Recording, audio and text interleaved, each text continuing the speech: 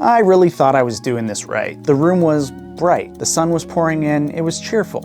It looked exactly like what every beginner gets told to use. And my seedlings still came out tall, thin, floppy, and honestly, a little embarrassing. That was my first real clue that I didn't understand light, because my assumption was simple. If the room looks bright to me, it must be bright enough for my seedlings. That assumption is where a lot of people go wrong. Not because we're dumb, but because it sounds reasonable. Beginner mistake number 1. Trusting your eyeballs like they have a horticulture degree. At first, I didn't even know what I was looking at. I just knew the seedlings looked weak. Later, I learned there's a word for it.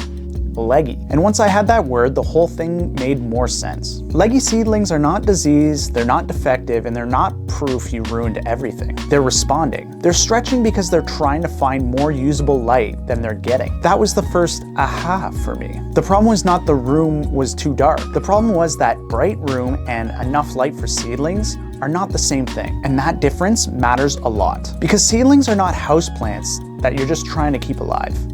They're babies trying to build a strong body fast. So when light isn't doing enough work, they don't wait around politely. They stretch. That's why this catches beginners off guard. Nothing looks obviously wrong. The tray isn't in a basement, it's not in a closet. It's sitting in a room that feels bright and alive. But your seedlings are reading a totally different reality than you are. That was another aha moment for me. Brightness is not the same as usable light. And once that clicked, my next question became obvious. Okay, so if the room looking bright is not enough, then what actually matters? The next thing I learned changed everything. It's not just whether you have a grow light, it's where the light is. That was my second assumption. I thought getting a grow light was the fix. Like once you own that one thing, problem solved. Nope. Because you can absolutely have a grow light and still end up with leggy seedlings if the light is too far away. That was the second aha. Distance matters way more than beginners think. A lot of us picture light like a gentle blanket that just kind of fills a space. So if the fixture is somewhere above the tray, we assume that the seedlings are getting what they need, but they might not be. And that's one of the biggest mindset shifts for me. I stopped asking, do I have a grow light? And started asking, is the light actually close enough for it to really work? That's such a better question, because this is where people waste money and get discouraged. They buy a decent light, they set it up, it still underperforms. And then they think the light was the issue. Sometimes the light is fine, it's just too far away to matter enough. A good light in the wrong place is just expensive decor. That one realization made my setup way simpler. Not more technical, simpler. I didn't need to become a scientist. I just needed to stop treating distance like a minor detail. And once I did that, the results started changing. The seedlings looked less desperate. The stems started getting sturdier, and the tray stopped looking like it was reaching for rescue. That was the proof I needed. Not a meter, not a spreadsheet, not some dramatic experiment. Just the very obvious difference between seedlings that keep stretching and seedlings that finally calm down. That is the kind of proof I trust anyways. What happened after changed the setup, because that tells me way more than me standing there pretending to be a lab technician. And once I understood that light has to be close enough to matter, the next mistake became obvious too. Even if the center of the tray is doing okay, the whole tray might not be. That was another thing I got wrong. I used to think if most of the tray looks fine, I'm fine. But the edge seedlings will humble you fast, because uneven coverage creates uneven growth. The middle might look decent, the sides start leaning, a few get taller, a few get weaker, and suddenly the tray looks inconsistent and annoying, and you're not really sure why. Aha, number 3. It's not just intensity, it's coverage. The light has to reach the whole tray well enough that one section is not thriving while another section is struggling. This was actually kind of freeing to learn, because again, it made the problem less emotional. It wasn't, why am I bad at this? It was, oh, my setup is uneven. That is such a better problem to have, because setup problems can be fixed. When one side of the tray looks amazing and the other side looks haunted, that is not personality.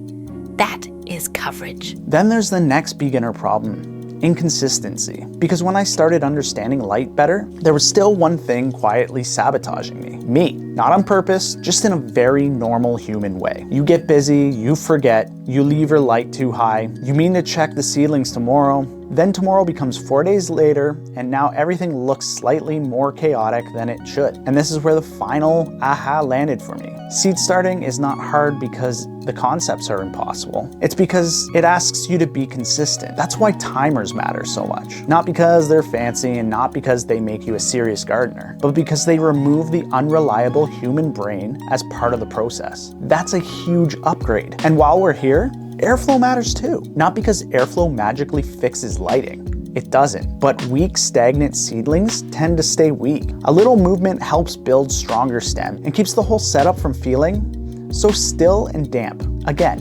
boring.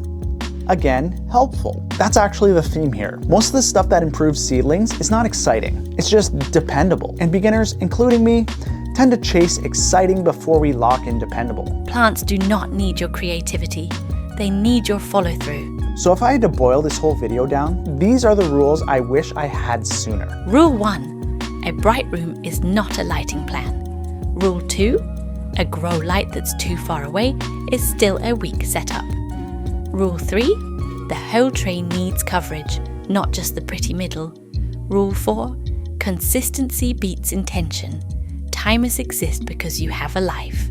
That's honestly the cleanest version of this lesson.